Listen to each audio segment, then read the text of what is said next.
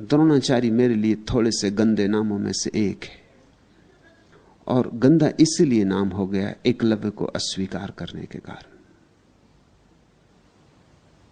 द्रोणाचार्य को गुरु भी नहीं कहना चाहिए, और अगर वो गुरु रहे होंगे तो उसी अर्थों में जिस तरह स्कूल के मास्टर को हम गुरु कहते,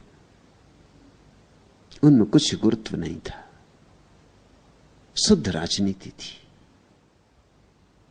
एकलव्य को इंकार कर दिया क्योंकि वो शूद्र था, लेकिन उससे भी ज्यादा भीतर राजनीति थी, वो थी कि वो अर्जुन से आगे निकल सकता था, ऐसी क्षमता थी उसकी। राजपुत्र से कोई आगे निकल जाए और शूद्र आगे निकल जाए छत्री से, ये द्रोणाचार्य के ब्राह्मण को बर्दाश्त न था। फिर नौकर थे राजा के, उसके बेटे को ही दुनिया में सबसे बड़ा धनुर्धर बनाना था।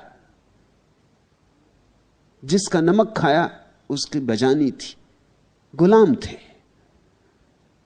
एकलव्य को इंकार किया, यह देखकर कि इस युवक की क्षमता दिखाई पड़ती थी कि अर्जुन को पानी पिला दे। इसने पानी पिलाया होता, इसने वैसे भी पानी पिला दिया, इंकार करने के बाद भी पिला दिया पानी। तो इंकार कर दिया, ये तो बहाना था कि शूद्र हो। इस बहाने के पीछे गहरा राजनीतिक दांव था। वो ये था कि मेरा विशिष्ट शिष्ट अर्जुन दुनिया में सर्वाधिक प्रथम हो, सबसे ऊपर हो। फिर राजपुत्र ऊपर हो तो मुझे कुछ लाभ है, ये शूद्र अगर ऊपर भी हो गया तो इससे मिलना क्या है? इंकार कर दिया। लेकिन एकलव्य अद्भुत था। द्रोणाचार्य मेरे लिए गंदे नामों में से एक है, एकलव्य मुझे बहुत प्यारे नामों में से एक है। अपूर्व शिष्य था, शिष्य जैसे होने चाहिए। द्रोणाचार्य ऐसे गुरु जैसे गुरु नहीं होने चाहिए, एकलव्य ऐसा शिष्य जैसे शिष्य होने चाहिए। कोई फिक्र न की, मन में शिकायत भी न लाया। ये राजनीति दिखाई भी पड़ गई होगी, लेकिन जिसको गुरु स्वीकार कर लिया उसके संबंध में क्या शिकायत करनी? जाके मूर्ति बना ली जंगल में, मूर्ति के सामने ही कर लूंगा, जरा भी शिकायत नहीं है, क्रोध नहीं है। जिसको गुरु स्वीकार कर लिया, स्वीकार कर लिया।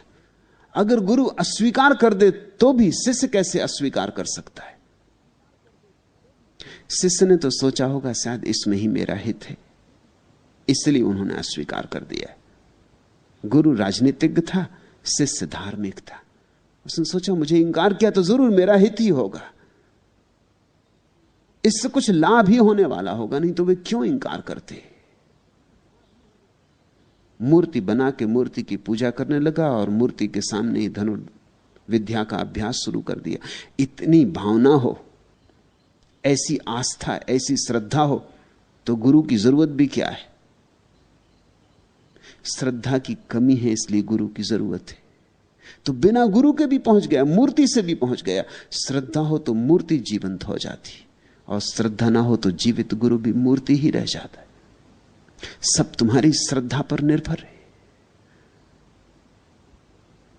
इस मूर्ति को ही मान लिया कि यही गुरु है, तुम देखते रहना, मूर्ति को कहता होगा मैं अभ्यास करता हूं, कहीं भूल चूक हो तो चेता देना, कहीं जरूरत पड़े तो रोक देना।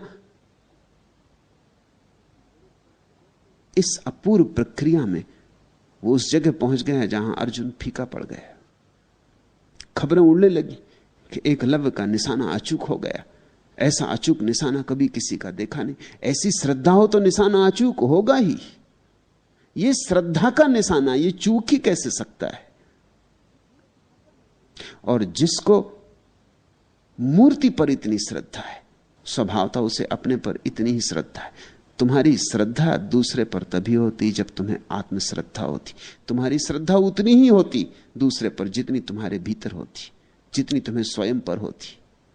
जिस आदमी को अपने पर श्रद्धा नहीं है, उसको अपनी श्रद्धा पर भी कैसे श्रद्धा होगी? जिस आदमी को अपने पर श्रद्धा है वही अपनी श्रद्धा पर श्रद्धा कर सकेगा। वहीं से सब चीजें शुरू होंगी। श्रद्धा पहले भीतर होनी चाहिए। एकलव्य अपूर्व रहा होगा। इसी श्रद्धा को देख के ही तो द्रोण चौंके होंगे कि यह आदमी खतरनाक सिद्ध हो सकता है। इसकी आंखों में उन्हें झलक दिखाई पड़ी होगी, लपट दिखाई पड़ी होगी, लेकिन वो भूल में थे। जिसमें इतनी आत्मश्रद्धा हो उसे गुरु इंकार कर दे तो भी वो पहुंच जाता है, और जिसमें इतनी आत्मश्रद्धा ना हो, गुरु लाख स्वीकार करे तो भी कहां पहुंचेगा। एकलव्य की खबरें आने लगी कि एकलव्य पहुंच गया, पा लिया उसने अपने गंतव्य को। जिस गुरु ने एकलव्य को शिष्य बनाने से इंकार कर दिया था वो दक्षिणा लेने पहुंच गया। बेईमानी की भी एक सीमा होती। शर्म भी ना खाई, चुल्लू भर पानी में डूब मरना चाहिए था द्रोण को। ऐसे शिष्य के पैर जाके छूने चाहिए थे। लेकिन फिर राजनीति आती, फिर चालबाजी आती। अब वो ये इरादा करके गए हैं कि जाके उसके दाएं हाथ का अंगूठा मांग लूंगा। वो जानते हैं कि वो देगा। उसकी आंखों में उन्होंने वो झलक देखी कि वो जान दे दे उन लोगों में से है। उसको शूद्र कहना तो बिल्कुल गलत है। वो अर्जुन से ज्यादा छत्री है। इंकार नहीं करेगा। अगर जो मांगूगा, गर्दन मांगूगा तो गर्दन दे देगा। क्योंकि खबरें आती थी कि उसने आपकी मूर्ति बना ली, मूर्ति के सामने अभ्यास करता है। द्रोण पहुंच गए, देखी उसकी निशानेबाजी, छाती कप गई। उनके सारे शिष्य फीके थे, वो खुद फीके थे। इस एकलव्य के मुकाबले वो कहीं नहीं थे, खुद भी नहीं थे, तो उनके शिष्य अर्जुन इत्यादि तो कहां होंगे। बहुत भय आ गया होगा। उससे कहा कि ठीक, तू सीख गया, मैं तेरा गुरु, मैं गुरु दक्षिणा लेने आया। एकलव्य की आंखों में आंसू आ गए होंगे। उस पास देने को कुछ भी नहीं, तो गरीब आदमी है। उसने कहा आप जो मांगे, जो मेरे पास हो ले लें, ऐसे मेरे पास देने को क्या है। एकलव्य इसलिए भी अद्भुत है कि जिस गुरु ने इंकार किया था उस गुरु को दक्षिणा देने को तैयार है, और जो मांगे बेशर्त। गुरु चालबाज है, कूटनीतिज्ञ है, शिष्य बिल्कुल सरल और भोला है।